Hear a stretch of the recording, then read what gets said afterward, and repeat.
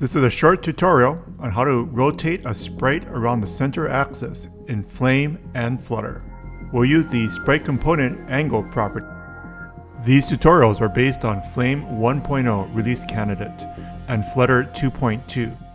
Make sure you're using Flame 1.0 as the commands have changed. In your pubspec.yaml file, add the dependency for Flame 1.0. Also, go to the assets and create a subdirectory there, assets/images.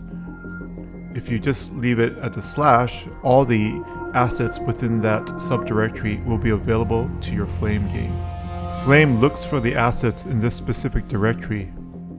Get the assets that you want to use for your game and drop them into the assets images folder of your main project. I'm using a spaceship and a kind of a spaceship gun turret that I got from the Humble Bundle game asset sale. In your Flame project, delete most of the code and add Flame to the top of it. It's the Flame game.dart. Create a new class called MyGame that extends the base game. Base game is a keyword from Flame. Create a variable to hold the instantiated game object above the run app, and then within the run app parameter, instead of passing it the typical my app, pass it game widget, and within game widget, pass it the parameter game. Test your game by running it. You should see a blank screen. Make sure you run Flutter pub-get to make sure your assets are visible from within the Flame game. After running Flutter pub-get, the turret image should be visible from within Flutter. So let's create a blank sprite component for the turret. Initially, the sprite component will not know where the graphic file is. In order to do that, we're going to have to load the graphics from disk and store it and attach it to the sprite component. The graphics components are loaded with the onload method, which is from Flame. We're going to use the async keyword on this onload method to allow us to wait for the graphic file to be fully loaded into the system. The first property of the turret object is the sprite. So let's load the sprite from the file. As the default location is assets images, you can just put the name of the file here. The name of the graphics file is turret.png. We next need to specify the position and the size of the sprite component. So we'll start off with the position property, and we'll assign it to the position that we want it to appear on the mobile app screen. We're going to use a vector with two parameters. It's the X and Y position of the sprite component. We're also going to attach a size to it, which is also a vector 2. And for that, it's the same. There's some pixel count, so the size of it. Make sure to put the await keyword in before load sprite, just to make sure the sprite actually does load into the system. Next, we're going to work on the anchor property. So we want the sprite to rotate around the center point of the sprite. We just need to add the sprite to the game. Add is a keyword from the Flame game system, and in the parentheses specify turret. Apply a hot restart to the game, and the turret appears. If the turret does not appear, stop the game completely, do Flutter pub-get to make sure the assets have been loaded, and reload it. The turret slightly more to the center of the game. The sprite component has another property called angle, and we're going to use the angle as a way to cause the turret to turn around the center point of the turret. In order to have it turn continuously, we're going to put it into the update loop. The update loop is built into the base game of Flame. Flame comes with this great game clock, and so if we put it into the update loop, we can adjust the angle continuously as the game runs. We'll create a variable to hold the turret speed.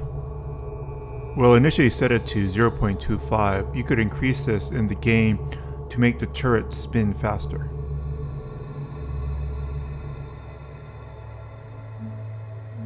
We're going to use the turret speed as one of the two lines that we're going to use to set the angle of the turret. The first is going to be the turret speed times the change in time, And the second line that we're going to use is to set the angle. The angle is actually in radians, so we're going to have to use math.pi.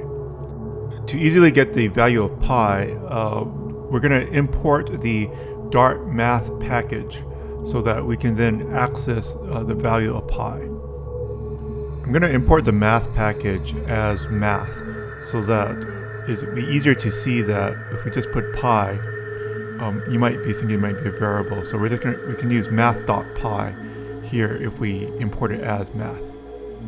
Make sure that's actually divided equal 2 times pi. So once it's set up, restart it or hot restart it and check out the game. Oh look, it's turning. Fantastic, we're ready for the spaceship. We're gonna do the same thing for the spaceship, just make it rotate in the opposite direction so you know how to rotate it in both directions, and we'll change it to different speed.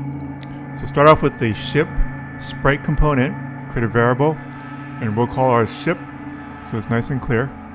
And in the same way, create a speed variable for the ship speed.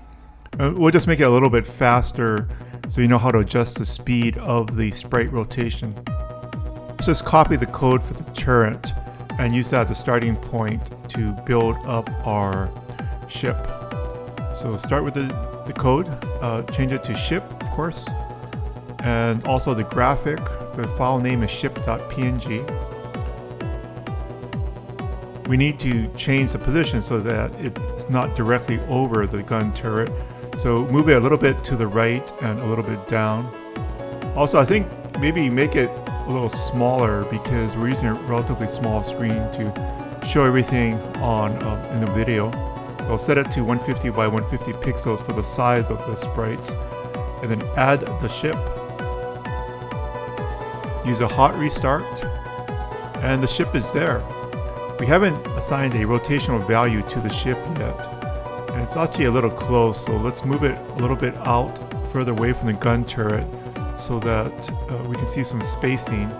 And then in the update method, let's also then change the angle of the ship using this same syntax. So it's ship.angle, which is the property of the sprite component. Then we're first going to use the dt value, the change of time value that's in the override method, and multiply it times the ship's speed so that we can control how fast the ship is rotating, and then set the angle with radian value for pi. To reverse the rotation, just set the first parameter to negative, so multiply it times -1, not add it there. So once you multiply it times -1, it becomes a negative value, and now you can see that it's rotating in the opposite direction as the gun turret. We're basically done. I'm just going to add a background in to give it more of a game-like effect, a shooter game in space. So the background is just going to be a single image, and we'll also just follow the same format. So just make the background a sprite component. The main point here is that it's a layer, so the background has to be the bottom layer. So put that first, and then we're going to layer the rest of the components on top of it. So if the background is the last component, it will hide the rest of your assets. So follow the same convention. The one difference is that the sprite component, if it's the background, we're going to use the size of the entire game screen to set the size of the background image here so that it has a full bleed on all top, bottom, left, right. And fortunately, the base game comes with a size property. So the first size after the 2 dots is the size of the background image. The second size after the equal sign is the size of the game screen. So that second size is it's a property of the base game. Then we can set the position to 0, 0. It's the upper left-hand corner. Add the background, and we are good to go. Hot restart, and boom! Man, it looks fantastic with that background star scene on it. Man, it looks fantastic with the background. I have to restrain myself from adding more features onto this. Let's just make it a shift over on the horizontal axis to the right with shift X property. Boom, it looks fantastic. This is my 23rd video on Flame tutorials. Subscribe to the channel for updates. I'm working on a visual novel project next.